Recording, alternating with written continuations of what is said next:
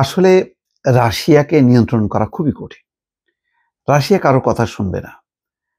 এবং দেখেন এই যে কথা যে শুনলো না, যে আলাস্কাতে মানে যে সামরিক ঘাঁটিতে বৈঠক হলো পুতিন এবং ট্রাম্পের মধ্যে, তার আগে চিন্তা করেন ট্রাম্প নিজে বলল যে যুদ্ধ বন্ধ করতেই হবে, যুদ্ধবিরতি হবে, না হলে রাশিয়াকে কঠিন শাস্তি দেওয়া হবে। কি হলো? উল্টা সে বুঝে আসলো কি ওই কি রাশিয়ার কে ওই ক্রিমিয়া কথা, ক্রিমিয়া দ্বীপের কথা ভুলে যেতে হবে, অঞ্চল দিতে হবে, তারপরে ন্যাটোতে যাওয়া যাবে না। উল্টা বুঝে ইউরোপের নেতাদের সঙ্গে এবং জেলেনস্কির সঙ্গে বৈঠক করলো। এখন যখন বৈঠক করতেছে, তো স্বাভাবিকভাবে বৈঠকটা কেন? যুদ্ধ বন্ধের জন্যই তো, শান্তির জন্যই তো। সেই সময় কি হচ্ছে? সেই সময়ের শিরোনামটা পড়লেই বুঝতে পারবেন। সংঘাত থামাতে কূটনৈতিক প্রচেষ্টার মধ্যেই রাশিয়া ইউক্রেন যুদ্ধ চলছে। আপনি কি বলবেন?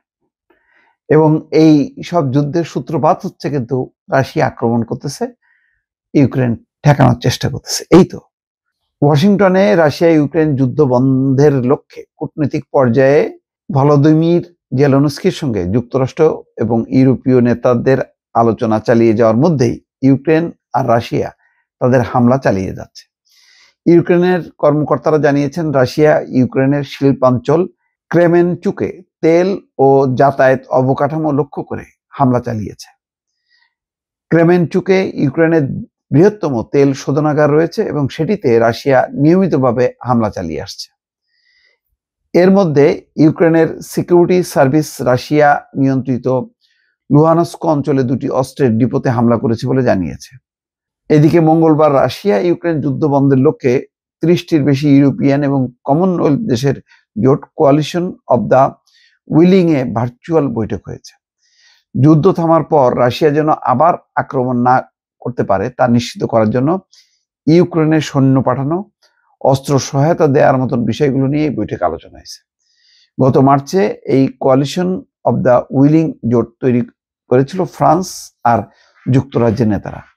ফ্রান্স এবং যুক্তরাজ্য বেশ তৎপর, জার্মানি আবার একটু চুপচাপ। এখন ট্রাম্প আজকে কি বলছে? যে আমেরিকার সৈন্য যাবে না। জেলেনস্কি বলছে আমাদেরকে যুদ্ধ যে বন্ধ করবে, আমি যে মানে শান্তি চুক্তি করব বা যুদ্ধবিরতি চুক্তি সই করব, ইউক্রেনের নিরাপত্তা কে দেবে? রাশিয়া তো মানবে না। এবং সেই জন্য ইউক্রেন চায় আমেরিকার জন্য সৈন্য। এখন বলতেছে, ট্রাম্প বলতেছে না, আমেরিকার কোনো সৈন্য যাবে না। তার মানে কেন যাবে না? ওই যে পুতিনের সাথে তার যে দহরম মহরম, পুতিন যাতে আবার মাইন্ড না করে সেটাকে লক্ষ্য রেখে। এখন এই অবস্থায় ইউরোপের ন্যাটোর সৈন্যরা সেখানে যাবে। ট্রাম্প বলতেছে যে তারা যেতে পারে, কিন্তু আমেরিকার সৈন্য যাবে না। এখন সব দায় হচ্ছে ইউরোপের উপর পড়ছে, কিন্তু ইউরোপের উপর পড়লেও পুতিন কিন্তু ইউরোপকে 2 পয়সার দাম দিচ্ছে না। সে অব্যাহত ভাবে চালা যাবে এবং শেষ পর্যন্ত ক্রিমিয়া যে দখল করছে সেই ক্রিমিয়া ছাড়তে হবে, আরো কি দাবি করে। ফলে অনেকগুলো ফ্যাকড়া আছে যে এখানে যদি এখন সিদ্ধান্ত হয়েছে যে জেলেনস্কি এবং পুতিন বৈঠক করবে এবং তারপরে আবার 3 জনকে নিয়ে বসবে, অর্থাৎ ওই 2 জন সহ ট্রাম্পের বৈঠক হবে, এইগুলো খুব সহজে খুব দ্রুত হয়ে যাবে, এটা মনে করার কোনো কারণ নেই। কিন্তু এর মধ্যে রাশিয়া তো হামলা চালাই যাবে এবং আরো ক্ষয়ক্ষতি হবে, আরো সম্পদ ধ্বংস হবে, মানুষ মারা যাবে। এটা আসলে দানবদেরকে ঠেকানো যায় না।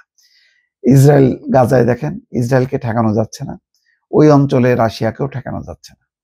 দানবের শক্তি বোধহয় এরকমই হয়, তাদেরকে নিয়ন্ত্রণ কেউ করতে পারে না যখন কোনো দেশ দানব হয়ে ওঠে। ভালো থাকবেন, আল্লাহ হাফেজ।